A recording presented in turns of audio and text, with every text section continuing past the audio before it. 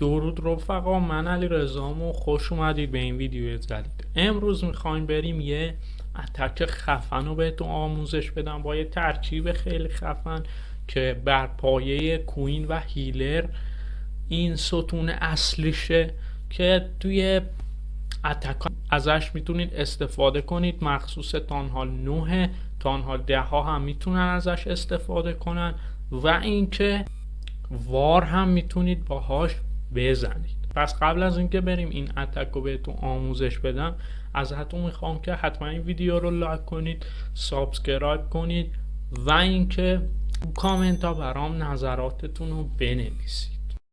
خیلی خوب دوستان، بریم که این اتک رو با هم دیگه بزنیم. برای اینکه بزنیم میایم توی تمرینا و اول تمرین میکنیم. بعد که تمرین کردیم و یاد گرفتیم میرم و بهتون اون فیلمی که خودم هم زدم و نشون میدم. حالا میایم اول و یه ویزارد میندازیم کنار این کمپ تا کمپ رو بزن. بعدش کوینتون رو میندازید اینجا و هیلر رو هم پشت سرش. توجه کنید کوینتون باید بیاد به سمت پایین به جهت عقربه های ساعت. ببینید دوستان، این مپ ها رو توی تانهال 9 الان یه مپ مربعی ساده میشه زد تو 3 دقیقه و اینکه شما باید خیلی تمرین کنید تا روون بشید تو زدن اینجور اتک، چون یه اتک تکنیکیه و تکنیکاله، واسه همین این اتفاقا میفته. حالا ما منتظر میمونیم تا که کوین بیاد به سمت پایین مپ یا همون جهت عقربه های ساعت. اینجا این وسط با 4 تا زلزله رو میندازیم تا که این یه 4 راهی برای ما باز بشه. خب خوب داره پیش میره. وقتی که کوین رسید به این معدن طلا باید قدرتش رو بزنیم، چرا؟ چون هم کمان ایکس به ما گیر میده به کوینمون و همین که توپ. الان وقتی توپ به ما گیر داد باید بزنیم، یعنی همین. خب بعد از اینکه کوین رسید به پایین مپ گالم رو انتخاب میکنیم و اینکه میندازیمش. 2 تا ویچ هم میندازیم اینجا تا که اینجا رو پاکسازی کنن تا کینگ و بقیه ویچ ها برن داخله. الان ما کینگ رو میندازیم، بقیه ویچ ها هم همین. اینجا قدرت رو میندازیم، خشم همون ریچ، تا که کینگ حریف رو بزن. اینجا هم یه اسپل سم میندازیم روی کوین حریف تا که ضعیف بشه و کوینمون و بقیه نیروها بزنن اون کوینش. خب خوبه. حالا چیکار میکنیم؟ میایم و منتظر میمونیم تا که اینا پیش برن. بعد از اون همه اتفاق میایم و یه اسپل پرش میندازیم اینجا تا که نیروهامون برن بالا.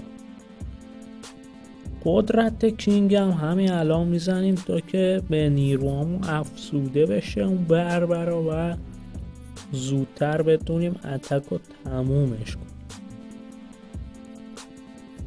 خیلی راحت، همونطور که دیدید 3 شد.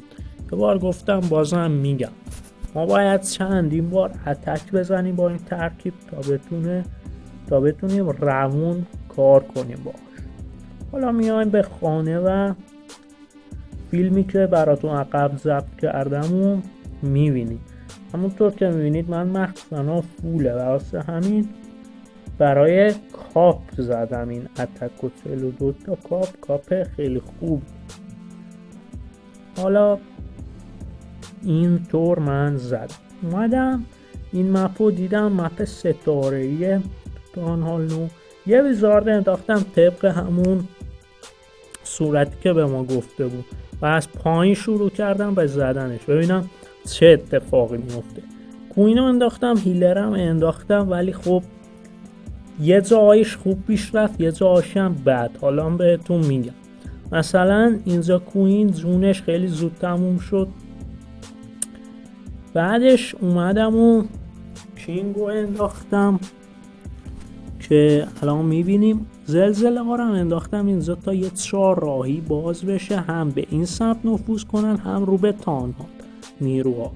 2 تا گالم رو انداختم و کینگو انداختم، ولی رفتی بر انتظار داشتم بره به سمت تانهال و گالم.